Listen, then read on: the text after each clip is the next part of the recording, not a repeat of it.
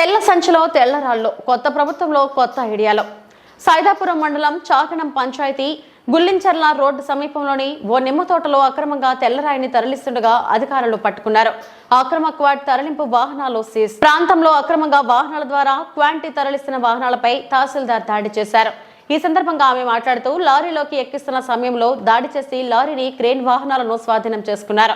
స్థానిక police station కు తరలించి విచారణ చేపట్టామని ఆమె ఆదేశించారు.